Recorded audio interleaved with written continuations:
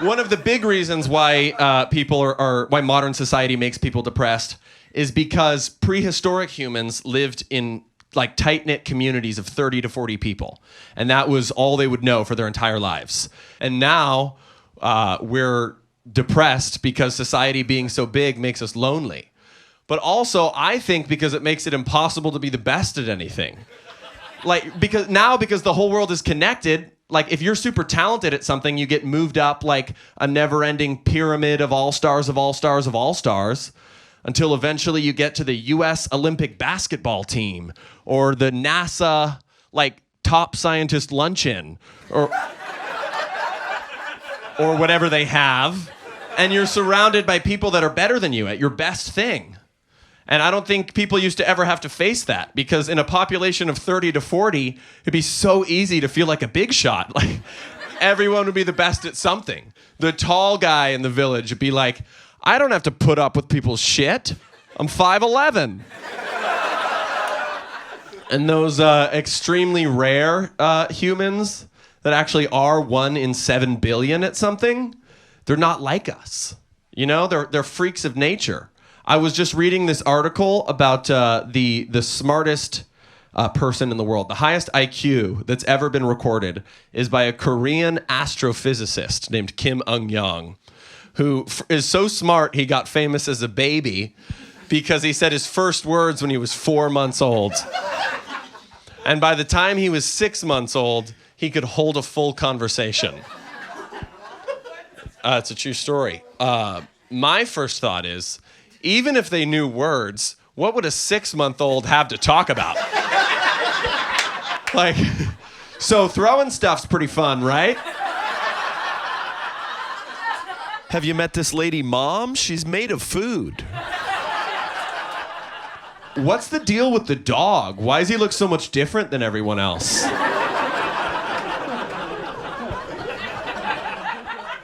Also, that would be terrifying. A real live talking baby if you didn't know ahead of time? Could you imagine the first time his mom was like, who does mommy love? Whom?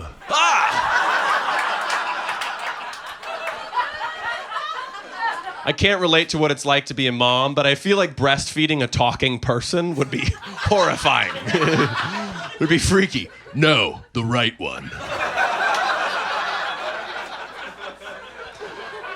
And if you keep reading about this guy's life, which I did, by the time he was 18 months old, he started writing and performing poetry, which I'm sure was pretty incredible for people at the time. But in retrospect, I'm like, what a pretentious little baby. He was already too good for prose. Also, could you imagine being the guy at the poetry open mic that has to follow the guy that's 18 months old?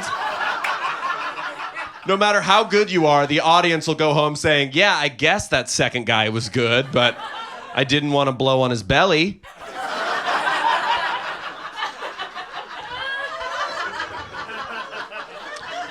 The part that bugs me is I bet he thought he was really good at poetry. Because the audience is going to give you so much slack just for being a baby in the performing arts. I feel like if he had done another performing art other than poetry, he would have embarrassed himself. Like, could you imagine if he had done something else? Like if he had been a magician? Like, I will now make myself disappear.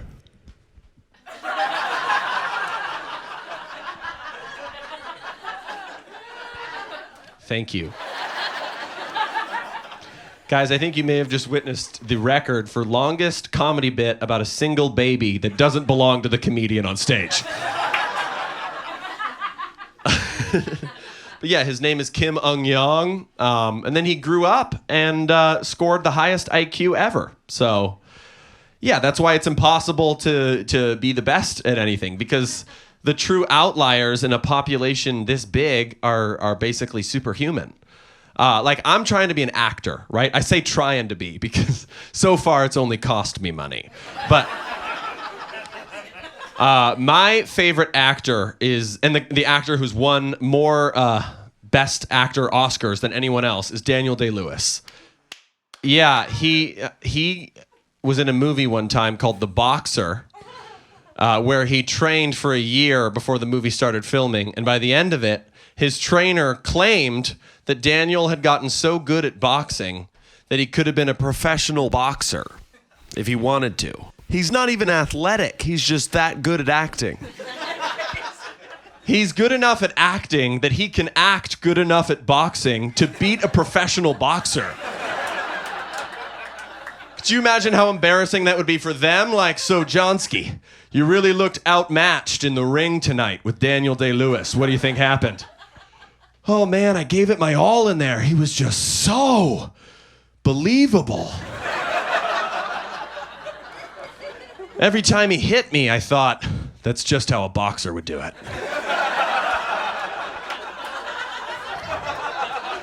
That would be so emasculating. Maybe not only does this man do his own job better than I do mine, he does my job better while he's doing his.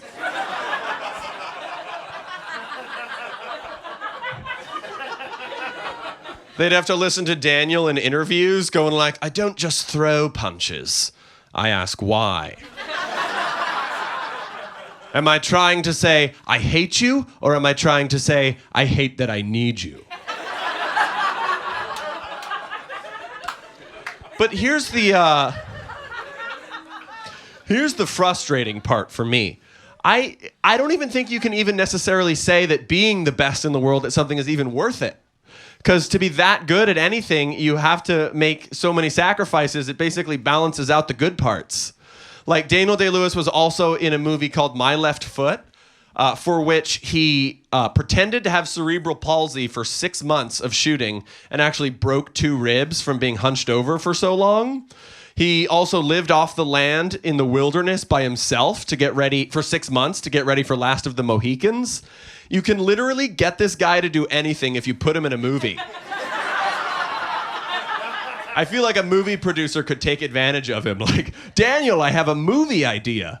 Will you befriend a Hollywood movie producer that needs your kidney?